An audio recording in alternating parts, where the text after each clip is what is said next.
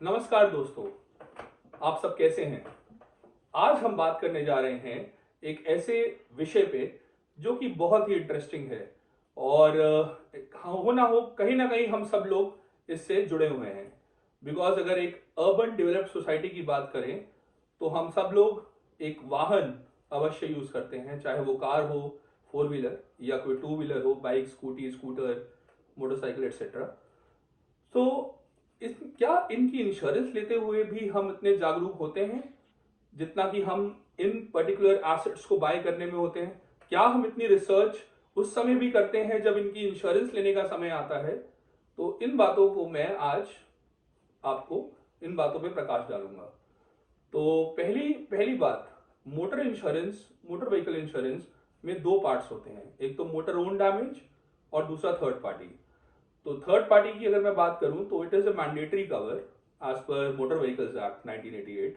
तो इसका मतलब ये है कि अगर आप अपनी व्हीकल को सड़क पे लेके जा रहे हैं, इंडियन रोड्स पे लेके जा रहे हैं, तो आपको ये कवर होना, उस आपके पास एक पॉलिसी में कवर होना मैंडेटरी है एज पर द एक्ट।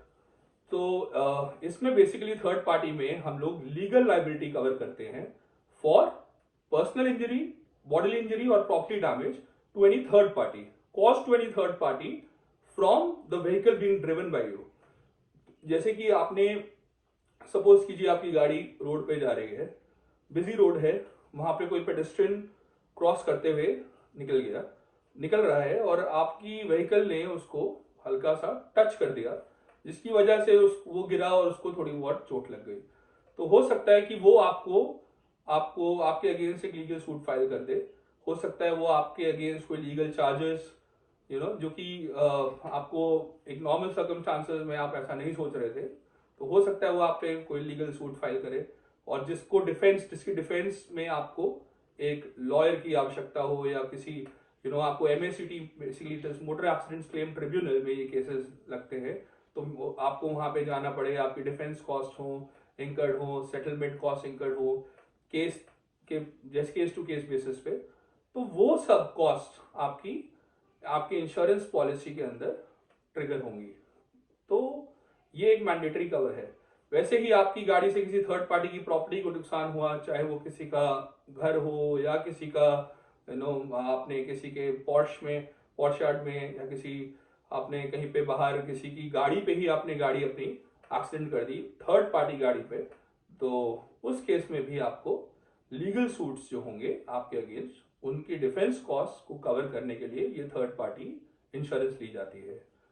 अच्छा, ये तो हो गया आपका थर्ड पार्टी इंश्योरेंस। अब ओन डैमेज कवर क्या होता है? Own damage cover basically, own damage cover आपकी गाड़ी को, जो आपकी गाड़ी चल रही है रोड्स पे, उसकी गाड़ी को ही कवर करता है। वो आपकी ओन डैमेज, आपकी गाड़ी को जो नुकसान पहुंचे रोड पे चलने की वजह से, किसी एक्सीडेंट, किसी अनफॉर्चुनेट एक्सीडेंट की वजह से आपकी गाड़ी को कोई नुकसान पहुंचे, आपकी गाड़ी को कोई डैमेजेस सस्टेन करने पड़े, तो उन डैमेजेस के लिए आपको मोटर ओन डैमेज कवर चाहिए होता है। Now we will talk about the add on covers. अब ये तो हो गए basic covers. Add on cover क्या होते हैं कि इन कवर्स के अलावा आप अपनी इंश्योरेंस पॉलिसी में क्या क्या कवर एड ऑन करा सकते हैं अपने अपनी रिक्वायरमेंट्स के अकॉर्डिंग। वैसे तो ये काफी कवर्स हैं, बट हम कुछ 6-7 अभी यहाँ पे डिस्कस करेंगे। सो पहला कवर हो गया जीरो डेप्रिसिएशन और zero depth. Zero depth cover ये होता है कि at the time of claim, अगर आपकी गाड़ी किसी अनफॉर्चुनेट एक्सीडेंट में इन्वॉल्व हुई और कुछ आपकी गाड़ी को डैमेजेस हुए जिसकी वजह से आपने गाड़ी रिपेयरर को रिपेयर करने के लिए दी, तो उस केस में जब गाड़ी की रिपेयरर जो रिपेयर बिल बनाता है, उसके अंदर सारे पार्ट्स मेंशन होते हैं जो आपकी गाड़ी में रिप्लेस हुए हैं। अब जाहिर सी बात है कि उन पार्ट्स पर डेप्रिसिएशन लगेगा। ये एक डेप्रिसिएशन टेबल के हिसाब से हम लेते हैं, जिसमें rubber, nylon, plastic parts, glass parts, fibre parts सब कवर्ड होते हैं और सबकी अलग अलग डेप्रिसिएशन डिफाइंड है। तो जितना गाड़ी आपकी यूज में आई, जितने नंबर ऑफ ईयर्स आपके व्हीकल यूज हुई या वो पार्ट्स जो गाड़ी में थे वो भी उतने नंबर ऑफ ईयर्स तक चले, तो उसके हिसाब से वो डेप्रिसिएशन चार्ज होती है। तो जीरो डेप्थ कवर क्या करता है, ये डेप्रिसिएशन कॉस्ट को वहां से एक्सक्लूड कर देता है। तो डेप्रिसिएशन चार्जेस जो है आपके, जो आपकी डेप्रिसिएशन लगती थी, जो आपको बेयर करनी पड़ती थी एज एन इंश्योर्ड, वो अब आपको बेयर नहीं करनी पड़ेगी, because insurance company takes care of it. तो it is a zero depth cover और ये बहुत ही अच्छा है, उन गाड़ियों में जो नई नई गाड़ियां जो आपने ली हैं उसमें आपके पास कुछ कंपनी 7 साल के लिए देती हैं, कुछ 10 साल के लिए भी देती हैं, कुछ 3 साल के लिए भी देती हैं। तो अलग अलग कंपनी के हिसाब से ये कवर लेना बहुत ही आपके लिए लाभदायी है। अब आ जाते हैं हम सेकंड कवर पे, जो कि है engine protect. Engine protect cover basically क्या होता है, ये आपके व्हीकल को कवर करेगा from any consequential loss which due to which, आपको मैं पहले कॉन्सिक्वेंशियल लॉस समझा दूं क्या होता है। कॉन्सिक्वेंशियल लॉस मतलब कि एक आपका एक्सीडेंट हुआ, उसकी वजह से तो जो डैमेजेस आए उस समय जो आपको दिख गए वो डैमेजेस आपको दिख गए और वो आपके डैमेजेस आपने रिपेयर करा दिए। कॉन्सिक्वेंशियल लॉस का मतलब होता है कि कुछ डैमेजेस उसी समय नहीं होंगे बल्कि आगे चल के धीरे धीरे वो आपको नजर आएंगे। तो इट्स अ कॉन्सिक्वेंशियल लॉस, ठीक है।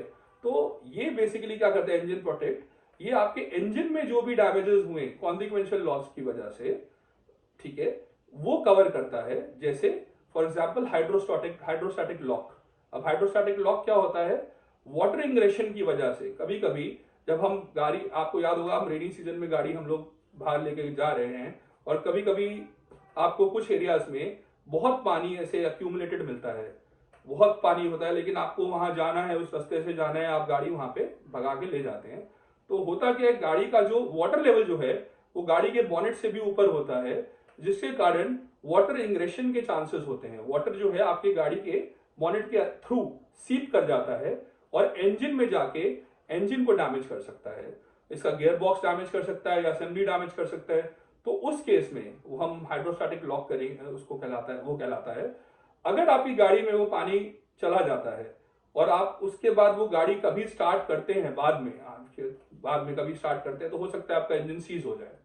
तो उस केस में इंजन प्रोटेक्ट आपको कवर करता है। तो it is also very important cover and I would recommend कि ये कवर आपको अपनी मोटर व्हीकल इंश्योरेंस पॉलिसी में जरूर लेना चाहिए। Next we come to roadside assistance. Roadside assistance 24/7 roadside assistance basically इस टर्म का एड ऑन कवर का नाम है। क्या होता है, कभी कभी आप गाड़ी बाहर रोड पे लेकर गए और रात का समय है, लगभग आप लोग एक फैमिली के साथ जा रहे हैं, 4-5 लोग हैं गाड़ी में, ठीक है, रात में गाड़ी हाईवे से आ रही है और गाड़ी खराब हो जाती है एकदम से। आपको नहीं पता क्या रीजन है, क्या है, आप कोई एक्सपर्ट नहीं है गाड़ी पे, आप लोग सब बाहर खड़े हुए हैं, रात का समय है, करीब करीब 11:30-12 बजे है, रोड्स पे गाड़ियां आती हैं, यूजुअली कोई रुकता नहीं है, जिसका आप किसी से हेल्प भी मांगे तो इट इज हाईली अनलाइकली कि लोग रुक के हेल्प करेंगे। तो उस केस में आपके पास एक 24/7 हेल्पलाइन नंबर दिया जाता है इंश्योरेंस कंपनी द्वारा। उनको आप कभी भी कॉल करके आप ये जो अगर कुछ भी उसमें प्रॉब्लम हुई है गाड़ी में, उसको आप ठीक करा सकते हैं। इसमें बेसिकली क्या क्या इन्वॉल्व होता है, जैसे गाड़ी की बैटरी डाउन हो गई तो वो जंप स्टार्ट कर देंगे, उसको जंप स्टार्ट जो वो है वो उसमें इंक्लूडेड है। टायर फ्लैट हो गया तो वो टायर भी जो है आपका रिप्लेस कर देंगे। अगर स्टेपनी भी खराब है तो वो टायर भी लेकर आ जाते हैं। तो और दूसरी बात क्या है, अगर टोइंग फैसिलिटी आपको चाहिए हो, गाड़ी आपकी कुछ ऐसा डैमेज है जो उस समय उस कंडीशन में वहां ठीक नहीं हो सकती, उसको किसी रिपेयर वर्कशॉप पे लेके जाने की आवश्यकता है, तो उस केस में आपकी गाड़ी को टो करके भी नियरेस्ट वर्कशॉप पे लेके जाया जा सकता है। तो वो सब आपका 24/7 रोड साइड असिस्टेंस में कवर होता है। बहुत ही इंपॉर्टेंट कवर है, मेरे हिसाब से हम सबके पास होना चाहिए। अब हम बात करें तो अब आपके पास आ गया consumables cover. Consumables cover basically क्या होता है, कंज्यूमेबल्स क्या होते हैं पहले मैं आपको ये समझा दूं। कंज्यूमेबल्स होते हैं जैसे बेसिकली आपके इंजन ऑयल, आपका नट्स एंड बोल्ट्स, आपके लुब्रिकेंट्स, कूलेंट और जो ऑयल फिल्टर्स वगैरह, ये सब normal standard comprehensive car insurance policy में आपको उपलब्ध नहीं होते और आपको इनके बारे में जानकारी भी नहीं होती। तो आप क्या करते हैं, जो आपका रिपेयर बिल आता है, जो कैशलेस अगर सेटल कर रही है इंश्योरेंस कंपनी, तो वो जो है आपका सारा बाकी पैसा देगी, लेकिन कंज्यूमेबल्स का पोर्शन आपको खुद से बेयर करना पड़ेगा, आपको अपने जेब से देना पड़ेगा। तो उस खर्चे को बचाने के लिए हम कंज्यूमेबल्स कवर लेते हैं, जो वो again it is very essential and आपको मेरे हिसाब से कंज्यूमेबल्स कवर भी अपनी पॉलिसी में लेना चाहिए, क्योंकि उस समय छोटे मोटे बिल्स कभी लगता है कि बहुत ज्यादा नहीं आएंगे, लेकिन कभी कभी वो भी एक अच्छा झटका दे जाते हैं। अच्छा, अब आपकी बारे में मैं बात करूंगा, नेक्स्ट है आपका return to invoice. Now RTI policies ये बेसिकली न्यू कार्स के लिए दी जाती है, जो न्यू परचेज कार्स हैं उनके लिए दी जाती है। रिटर्न टू इनवॉइस क्या होता है, कल को भगवान ना करे आपकी गाड़ी टोटल लॉस हो जाती है, आपकी गाड़ी का ऐसा एक्सीडेंट हो जाता है कहीं पे कि आप तो बच जाते हैं लेकिन गाड़ी को ऐसे डैमेजेस हो जाते हैं, सस्टेन करते हैं, जो रिपेयर उसका होना पॉसिबल नहीं है, या अगर रिपेयर कॉस्ट की बात करें तो वो गाड़ी के आईडीवी के 75% से भी ज्यादा उसकी रिपेयर का खर्चा आएगा। अब आपको आईडीवी आप पूछेंगे आईडीवी क्या होती है। IDV is the insured declared value of the vehicle, जो कि इंश्योरेंस पॉलिसी में दी जाती है। वो कैलकुलेशन करने का तरीका मैं आपको अपना नेक्स्ट व्लॉग में बताऊंगा। तो अगर आपकी जो व्हीकल है वो इतना जबरदस्त डैमेज हुआ है कि वो अब रिपेयर करना पॉसिबल नहीं है, या गाड़ी चोरी हो गई है, तो वो भी एक टोटल लॉस है। तो in both the cases your vehicle will be termed as total loss. तो अब उस केस में अगर आपके पास आरटीआई पॉलिसी है, रिटर्न टू इनवॉइस, तो आप अपनी इंश्योरेंस कंपनी से पूरी इनवॉइस अमाउंट क्लेम कर सकते हैं, which is mentioned on the vehicles invoice. इसके अंदर आपके रोड टैक्स आ जाता है, रोड टैक्स भी आ जाता है, इसके अंदर आपका रजिस्ट्रेशन कॉस्ट भी आ जाती है। तो ये बहुत ही अच्छी पॉलिसीज है। मैंने अपनी करियर में देखा है कि जैसे बड़ी बड़ी गाड़ियां जैसे फॉर्च्यूनर वगैरह जो कि 40-45 लाख की गाड़ियां हैं, लोगों के पास अगर रिटर्न टू इनवॉइस की पॉलिसी होती है तो उनको टोटल लॉस के टाइम पे या गाड़ी चोरी होने के समय पे इतना परेशानी नहीं झेलनी पड़ती। अब मैं आपको बात करूं तो नेक्स्ट अगर हम बात करें तो आपका की रिप्लेसमेंट क्या होता है। अगर आपने बहुत हाई एंड कार्स देखी होंगी, हाई एंड व्हीकल्स आपने देखी होंगी रोड पे, उनकी जो कीज होती हैं वो बहुत टेक्नोलॉजिकली एडवांस्ड कीज होती हैं, और कभी कभी वो 10-15 हजार रुपए का आपको खर्चा करवा जाती है अगर वो नहीं मिले या खो जाए तो, या डैमेज हो जाए। ठीक है, तो क्या होता है कि अगर आपकी गाड़ी में की कीज या तो डैमेज हो गई, लॉस्ट हो गई, या चोरी हो गई, उस केस में आपको की रिप्लेसमेंट कवर आपके साथ आपको प्रोटेक्ट करेगा, आपको फुल कवरेज देगा कीज का। तो इस केस में आपको वो की रिप्लेसमेंट कवर इंश्योरेंस कंपनी से आप उनको क्लेम कर सकते हैं। वो आपको की का जितना भी उसको की को रिप्लेस करने का जो कॉस्ट है वो इंश्योरेंस कंपनी बेयर करती है। इसमें कुछ डिडक्शंस होते हैं बट वो बहुत नॉमिनल होते हैं। अब अगर मैं बात करूं तो आपका, अगर मैं पीए कवर पे की बात करूं तो personal accident cover for owner driver, again it is mandatory as per motor vehicle act, वो आपको लेना ही लेना है। वो अगर क्या है, अगर आपका जो गाड़ी आपका जो चला रहा है, जो भी ड्राइवर ओनर ड्राइवर है वो गाड़ी चला रहा है, उसको कोई पर्सनल एक्सीडेंट, कोई बॉडी इंजरी हो जाए due to an accident, unfortunate accident, उसको उससे वजह से उसका मे बी अगर कोई उसके लॉस ऑफ आईज या लॉस ऑफ लिम्स या लॉस ऑफ वन लिम्ब और वन आई और even death, it can lead to anything. तो उस केस में आपको उसका पीए का कंपनसेशन इंश्योरेंस कंपनी द्वारा दिया जाता है, जो कि इन केस ऑफ डेथ 100% होता है।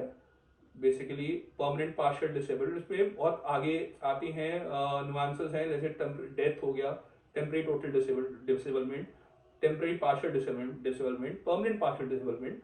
तो इसके अंदर बहुत आगे क्राइटेरिया है, वो मैं अपने नेक्स्ट ब्लॉग में कवर करूंगा आप सबके साथ। अब हम नेक्स्ट कवर पे चलते हैं, personal accident cover for passengers.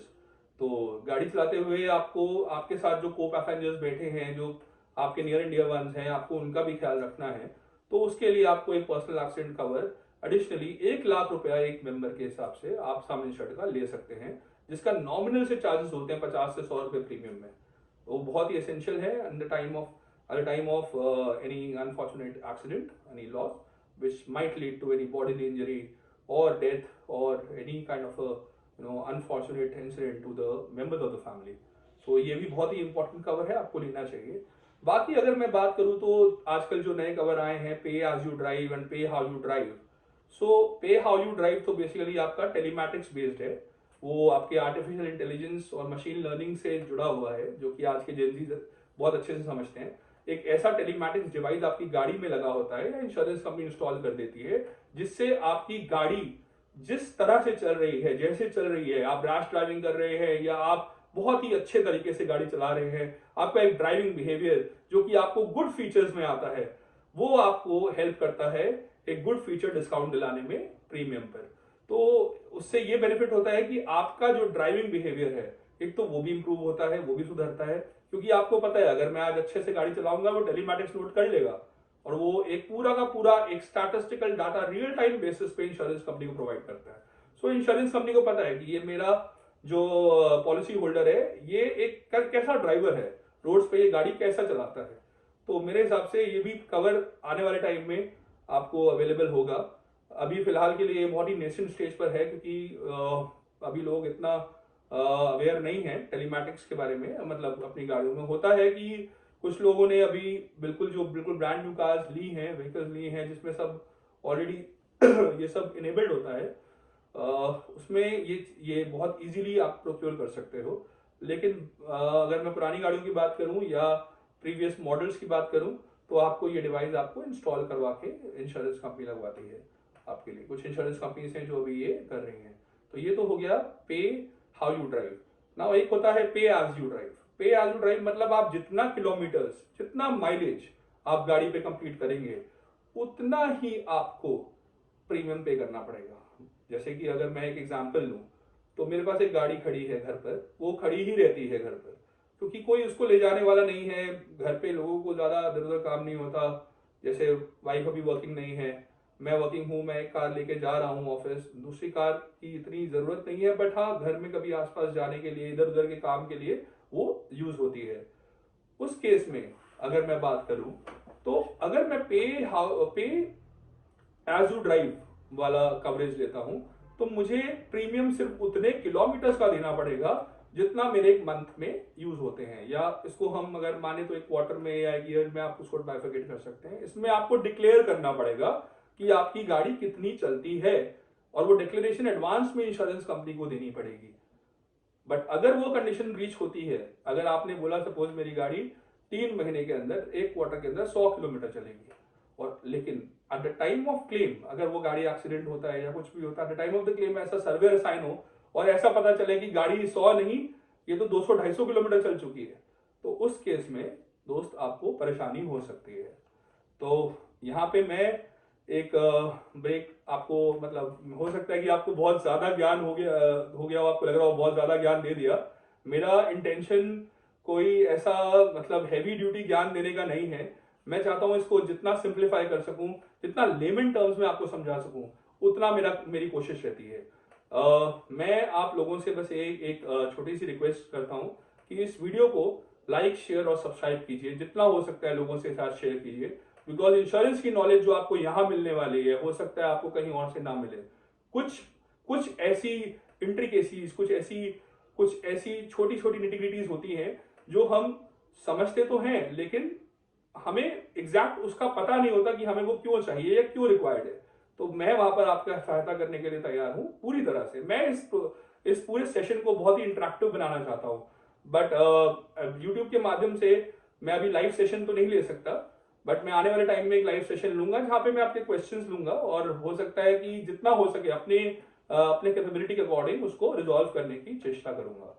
तो यहाँ पे मैं आप लोगों से लीव चाहता हूँ। मैं यहाँ पे आप लोगों से बस एक रिक्वेस्ट करता हूँ कि आप लोग मुझको लाइक कीजिए, सब्सक्राइब कीजिए, और जितना हो सके इस चैनल को आगे पहुंचाइए।